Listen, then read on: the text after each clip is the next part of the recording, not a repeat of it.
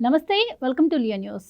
జగన్మోహన్ రెడ్డి సీఎంగా ఉన్నప్పుడు అధికారాన్ని తన ఇష్టానుసారంగా వాడుకున్న విషయం మనందరికీ తెలిసిందే. అందులో భాగంగానే అప్పట్లో స్పీకర్గా పనిచేసినటువంటి కోడెల శివప్రసాద్ మీద ఫర్నిచర్ దొంగతనం చేశారు అంటూ ఆరోపించి ఆయన మృతికి కూడా కారణమయ్యారు అని చెప్పి ఇప్పటికీ చాలామంది చెప్పుకుంటున్నటువంటి పరిస్థితి. అయితే మరి ఇప్పుడు ప్రభుత్వం మారింది. మరి జగన్మోహన్ రెడ్డి గారు కూడా తన ఇంటినే క్యాంపు కార్యాలయంగా మార్చుకున్నారు. ప్రభుత్వ ఫర్నిచర్ను ఆయన కూడా ఉంచేసుకున్నారు అని చెప్పి కూటమి ప్రభుత్వం అయితే అంటోంది. మరి ఇప్పటి వరకు కూడా దానిపై వైసీపీ స్పందించలేదు. కావాలంటే మీ డబ్బులు మీకు పడేస్తామని చెప్పి గతంలో కొడాలి నాని అనడం కూడా మనం విన్నాము.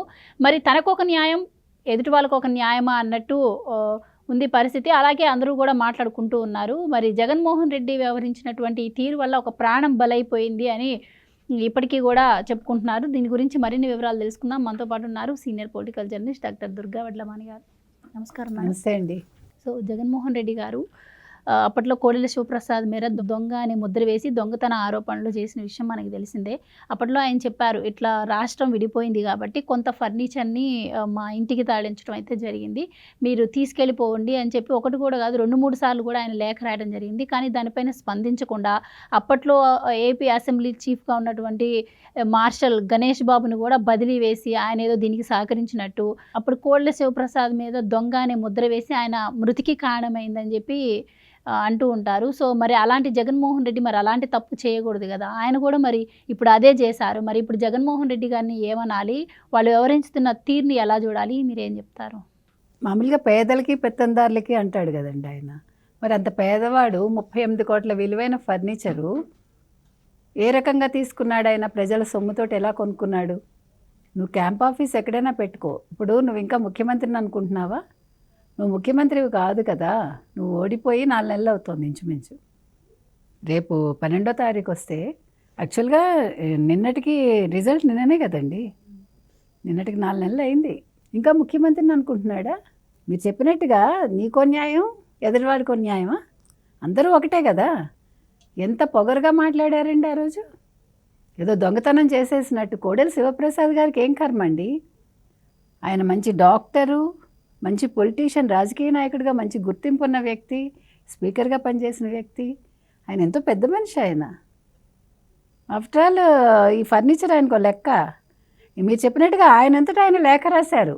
ఇట్లా నా దగ్గర ఫర్నిచర్ ఉండిపోయిందండి, ఇట్లా విడిపోయింది కదా, ఉమ్మడి ఆంధ్రప్రదేశ్ విడిపోయాక కొంతమేర ఫర్నిచరు ఎక్కడ పెట్టాలో తెలియక మా ఇంటికి తరలించారు, ఇప్పుడు ఓడిపోయింది కాబట్టి మీరు తీసుకెళ్ళిపోండి అని చెప్పారు వాళ్ళు.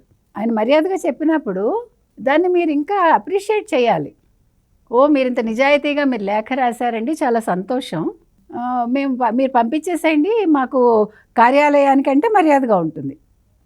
లేదు మా వ్యక్తి వస్తాడు అన్నీ నోట్ చేసుకుని పంపిస్తాడు అని ఉంటే నువ్వు ఒక చక్కటి రాజకీయ నాయకుడు అయి ఉండేవాడివి.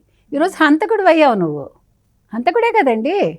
జగన్మోహన్ రెడ్డి ఇవాళ కోడెల శివప్రసాద్ గారి ఆత్మహత్యకి ఇవాళ జగన్మోహన్ రెడ్డి కారకుడయ్యాడు. ఎందుకంటే ఆయన అవమానం భరించలేక ఆత్మహత్య చేసుకున్నారు. ఆయన డబ్బు లేక కాదు, ఈ ఫర్నిచర్ ఆయనకు కావాలని తీసుకెళ్ళలేదు, ఆయనకు అవసరం లేదు. మీరు వేసిన నిందలకి, అపనిందలకి ఆయన బాధపడి 3 సార్లు ఆయన ఉత్తరం రాశాడు. మీకు ఒకసారి కాదు, 2 సార్లు కాదు, 3 సార్లు రాశాడు. అవునా?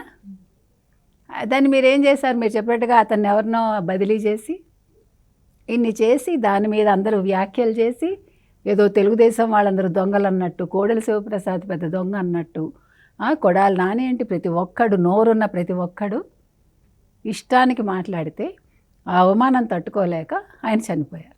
ఈరోజు నువ్వేం చేసావు? 4 నెలలు అయింది.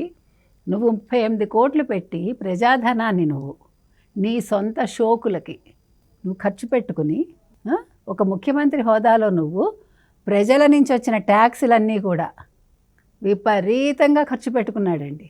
తెలుగుదేశం ప్రభుత్వం, కూటమి ప్రభుత్వం వచ్చాక ప్రజలకు అక్కడ వెళ్ళడానికి అనువుగా చేసింది కదండి ఆ రోడ్డు. క్యాంపు కార్యాలయాన్ని ఇంట్లో పెట్టుకోవడం ఏంటి? నెంబర్ 1 అంటే ఆయనకి భయం. అదే కదా మనం చెప్తున్నామండి, ప్రాణ భయం ఆయనకి. ఆయన అడుగు తీసి అడుగు వేయడానికి పరదాలు ఉండాలి. అడుగు తీసి అడుగు వేస్తే చుట్టూ 100 మంది గన్మెన్లు ఉండాలి ఆయనకి. అంటే ఆయన ఎన్ని తప్పిదాలు చేస్తుంటాడో ఆలోచించండి. ఆయన ఎన్ని అంటే అవినీతి పనులే కాదు, ఆయన ఈ డ్రగ్స్ మాఫియా వీటిలలో ఇరుక్కున్నాడు ఆయన. అందుకని అంత పెద్ద కంటైనర్ వచ్చింది కదా. సో ఆయన ప్రాణానికి ఏదో ముప్పు ఉందండి, దానికోసం ప్రజాధనం వినియోగించాడు ఆయన. ఇప్పుడు 4 నెలలుగా ఆయన ఈ ఫర్నిచర్ గురించి ఆయన మాట్లాడలేదు. లేళ్ల అప్పిరెడ్డి అనేవాడు ఉత్తరం రాశాడు, ఇట్లా మా దగ్గర మీ ఫర్నిచర్ ఉంది, మీకు కావాలంటే ఏంటి దానికి వెల కట్టి ఓ 7 లక్షలు ఇస్తాము అని రాశాడు. మీకు గుర్తుంటే 38 కోట్ల ఫర్నిచర్కి 7 లక్షలు ఇస్తామని ఈయన రాస్తే కొడాలి నాని ఏమన్నాడు, ముష్టిలా పడేస్తాం మేము డబ్బు, పడేస్తాట. అంటే వాడికి అంత ఒళ్ళు కొవ్వెక్కు ఉన్నాడు. మా జగన్మోహన్ రెడ్డికి లెక్క లేదు అంటే మరి లెక్క ఉండదండి. అప్పనంగా సంపాదిస్తే డబ్బు విలువ తెలియదు, అవినీతి సొమ్ముకి విలువ ఉండదు. విసిరేస్తాడు ఎడం చేతోటి డబ్బు కట్టలు. మరి అది కూడా విసురుతామని చెప్పలేదు కదా, 7 లక్షలు ఇస్తామని చెప్పారు 38 కోట్లకి. కొడాలి నాని ఏమన్నాడు, విసిరేస్తాడు జగన్మోహన్ రెడ్డికి. ఇది ఆఫ్టర్ ఆల్ తర్వాత విషయం, విసరడం కాదు ఇక్కడ మీరు మాట్లాడాల్సింది. మీరు కోడెల శివప్రసాద్ గురించి మీరేం మాట్లాడారు, ఈరోజు జగన్మోహన్ రెడ్డిని ఎందుకు వెనకేసుకొచ్చారు మీరు తప్పు చేస్తే? మరి ఇది దొంగతనం కిందకే వస్తుందిగా. అప్పుడు జగన్మోహన్ రెడ్డి ఆత్మహత్యకు సిద్ధంగా ఉన్నాడా? మనం ప్రశ్నిస్తున్నాం ఇవాళ.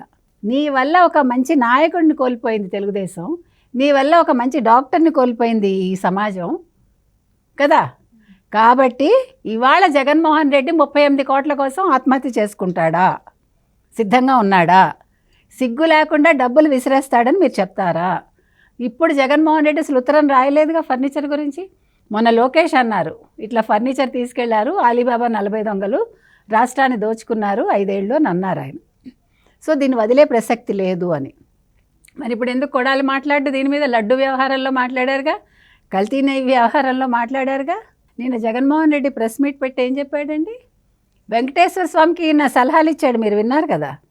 ఇప్పుడు ఈ నెయ్యి కల్తీ వ్యవహారం బయటకు వస్తే, రిపోర్ట్స్ వస్తేట సిట్ ద్వారా చంద్రబాబు నాయుడిని, తెలుగుదేశం కూటమిలో ఉండే సభ్యులని, అంటే తెలుగుదేశం కూటమి అధికారులని, తర్వాత దీన్ని సపోర్ట్ చేసిన వాళ్ళని అందరినీ వెంకటేశ్వర స్వామి శిక్షించాలట. మీకు అర్థమైందా? వెంకటేశ్వర స్వామి శిక్షిస్తాడని అంటల్లా, నువ్వు శిక్షించి వీళ్ళని అంటున్నాడు. తప్పు చేసిన వాళ్ళని శిక్షించక మమ్మల్ని, తప్పు చెయ్యని వాళ్ళని, ఈ విషయాన్ని బయటకు తీసుకొచ్చిన వాళ్ళని శిక్షించన్నాడు కదా. మరి ఇప్పుడు ఈ ఫర్నిచర్ దొంగల్ని ఏం చేయాలి?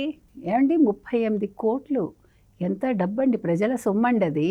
ఎంత దారుణం అండి. ఇవాళ కోడెల శివప్రసాద్ ప్రాణం వీళ్ళు తెచ్చిస్తారా అని అడుగుతున్నాం. ఏ ప్రభుత్వం అయినా కూడా ఆ ప్రభుత్వ అంకె అనుగుణంగా ఫర్నిచర్ని మార్చడము, కొత్త జీవోలు తీసుకురావడము, అట్లా ఆ ప్రభుత్వానికి అనుగుణంగా చేస్తూ ఉంటుంది. అప్పట్లో రాష్ట్రం విడిపోయింది కాబట్టి కొంత ఫర్నిచర్ని ఎక్కడ పెట్టాలో తెలియక ఆయన ఇంట్లో పెట్టారు కాబట్టి ఆయన స్వయంగా తీసుకెళ్ళమని చెప్పారు. కానీ ఇప్పుడైతే ఆ పరిస్థితి లేదు కదా. ఆల్రెడీ అమరావతిలో సీఎం క్యాంపు కార్యాలయము, సచివాలయము అన్నీ ఉన్నాయి. ఇన్ని ఉండగా కూడా ఇప్పుడు అప్పుడంటే పెట్టడానికి ప్లేస్ లేదు ఒకటి కాబట్టి ఆయన ఇంట్లో పెట్టడం జరిగింది. ఇప్పుడు అన్ని ప్లేస్లు ఉన్నా కూడాను మరి జగన్మోహన్ రెడ్డి గారు ఇంట్లో పెట్టుకున్నారు. దాన్ని ఎలా చూడొచ్చు? అంటే ఇప్పుడు అమరావతి అనేది ఆయనకి ఇష్టం లేదు కదా. ఇష్టం లేకపోయినా అక్కడ నుంచే కదండి మరి పరిపాలించాడంటే అదే చెప్తున్నాను. ఆయనకు అక్కడ ఉండడం ఇష్టం లేదు. చంద్రబాబు నాయుడు గారు అక్కడ ఉన్నారు. చంద్రబాబు నాయుడు గారు అమరావతిని రాజధానిగా ప్రకటించారు కాబట్టి అడుగు పెట్టాడు ఆయన. అర్థమైందా మీకు? ఆయన అందుకని ప్రజల సొమ్ముతోటి ఒక పెద్ద ప్యాలెస్ కట్టుకున్నాడు. ఆ ప్యాలెస్లో క్యాంపు కార్యాలయం కట్టుకున్నాడు. అందులో ప్రజల సొమ్ముతోటి ఫర్నిచర్ కొనుక్కున్నాడు. విసిరి పడేస్తారు వాళ్ళు అంతే. అందుకే ప్రజలు విసిరి పడేస్తారు. మరి అలాగే రుషికొండ మీద 500 కోట్లు పెట్టి అది కట్టారు. మరి అది కూడా వృధాగానే పోతుంది. అది కూడా విసిరి పడేస్తారా కూడా? మరి 500 కోట్లు విసిరేయాలి. లెక్క ప్రకారం రోజా గారు విసిరి పడేయాలి. ఇప్పుడు రోజాకి అప్పనంగా డబ్బులు వచ్చాయి కదా. మరి వారం వారం వెళ్ళి వెంకటేశ్వర స్వామిని దోచుకుంది కదా. తిరుపతి ఏంటి బిడ్డ కదా ఆవిడ. సో ఆవిడ విసిరి పడేస్తుంది.